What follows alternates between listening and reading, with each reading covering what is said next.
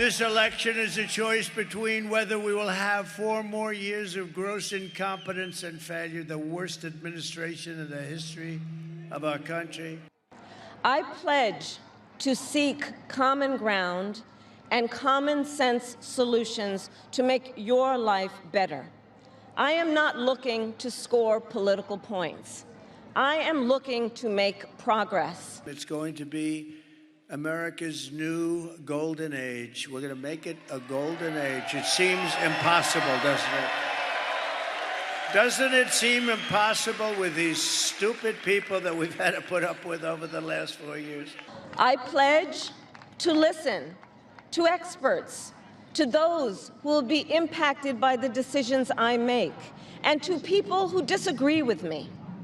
Unlike Donald Trump, I don't believe people who disagree with me are the enemy. He wants to put them in jail. I'll give them a seat at the table. Those were the big highlights. Last night, Vice President Kamala Harris began her closing argument less than a week before Election Day, speaking in the same spot former President Donald Trump addressed supporters January 6. She focused on making progress through national unity, while Trump was in Allentown, Pennsylvania, the heart of that state's Latino belt, dealing with the controversy over racist remarks made by speakers at his Sunday rally here in New York City. Now, both candidates are making their final push as, check this out, more than 53 million Americans have already voted, and more than 27 million of those were in-person early votes. And look at this, polling is still tight. New CBS News data shows Trump and Harris in a dead heat in the critical battleground state of Pennsylvania. We have team coverage for you, of course, following the election this morning. CBS News campaign reporters Aaron, Navarro, and Taurean Small. Aaron, on the left, let's begin with you, joining us from Washington. You're following the Harris campaign. And before we get into Harris's speech last night, Republicans right now are seizing on President Biden, potentially calling Trump supporters garbage. In a social media post, the president says no, he was referring to hateful rhetoric at the Madison Square Garden rally. Let's just play the comments themselves for our viewers to determine the outcome. And just the other day, a speaker at his rally called Puerto Rico a floating island of garbage. Well, let me tell you something. I don't know the Puerto Rican that I know, or Puerto Rico, where I'm in my home state of Delaware. They're good, decent, honorable people. The only garbage I see floating out there is his supporters. His demonization of Latinos is unconscionable, and it's un-American. So what is the White House saying Biden meant here, and how might it impact Harris in her closing days? Errol, good morning. The White House transcript provided by the White House has an apostrophe S after supporters, suggesting, as Biden said in a tweet last night, that he was referring to the comedian's comments about Puerto Rico. That's not stopping Republicans and Trump from saying that Biden is being divisive and saying that all his supporters are, quote, garbage. That is obviously different from what the White House is arguing, but it really kind of undercuts this message of unity that Harris has been pushing, that she pushed last night in her rally in Washington, D.C., as she continues to court those moderate Republicans, independents, waiting to see and looking to see if this could move the needle at all for them. But it is important to note, as Harris has noted in her speeches, Trump has had similar rhetoric while talking about Democrats, calling them, quote, the enemy within in a couple occasions. So we'll see how this plays out in the next 6 days. Harris's speech in D.C. last night was meant to be large. It was meant to make her look presidential, standing in front of the White House as far as from the ellipse side. What were some of the highlights and how many people showed up to listen? The campaign says there were over 75,000 people there. I was there as well, and as you could see on both sides and even behind and kind of overflow, there were a lot of people that came to see Harris speak and what she billed and her campaign billed as her closing message.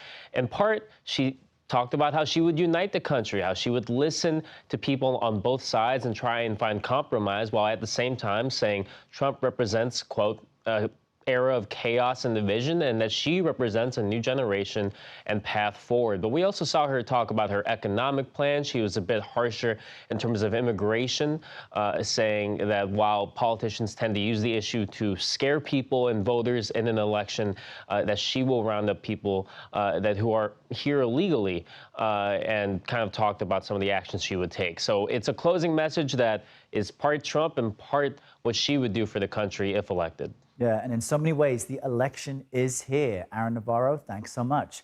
Let's turn now to Taurean Small. He's following the Trump campaign for us this morning. Taurean, I'm wondering if the Trump campaign is focusing more on President Biden's comments or Harris's speech last night. Well, Earl, it's likely that both Vance and Trump moving forward would definitely use this as an opportunity to highlight what they're calling hypocrisy on the other side. Just this past week, J.D. Vance, at every rally he's been to, has invoked the words of Kamala Harris's surrogates and even her running mate, Tim Walz, likening the Madison Square Garden rally to a Nazi rally. J.D. Vance has used that as an opportunity to say that, look, the Democratic Party ticket is calling Trump supporters Nazis.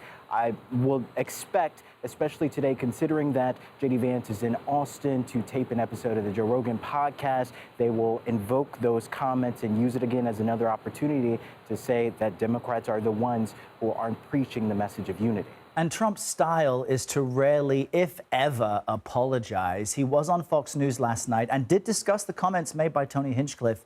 Let's listen to that. Somebody said there was a comedian that joked about Puerto Rico or something, and I have no idea who he was. Never saw him, never heard of him. I don't know if it's a big deal or not, but I don't want anybody making nasty jokes or stupid jokes. Yeah. Probably he shouldn't have been there, yeah. Probably shouldn't have been there. But does this seem to be impacting the Trump campaign at all? It doesn't appear so. Listen, folks in the audience, the Republican crowds that usually come around these events that Trump and Vance have been holding seem to be unbothered by those words. There were other pretty fiery, divisive language used during Madison Square Gardens at these rallies, Vance rallies that we've attended. He's given the opportunity to the press to ask questions. We pressed him on that. Some folks in the audience say they agreed with what some of the speakers have said. Vance, though, has distanced himself from that comedian, just like the Trump campaign has immediately following the backlash from his words. Vance said he didn't actually listen to his set, but he said that people get offended too easily. He says he's over it and he wants to focus on the messaging coming from the left that he believes the media is ignoring. All right, Taurean Small, thanks for waking up with us this morning. We appreciate it. And a reminder for you all, be sure to stay with CBS News for all-day coverage on Election Day. We'll have live reports from our election headquarters here in New York and from our teams spread out across the country. And remember, special coverage begins at 4 p.m. Eastern right here on CBS News 24/7.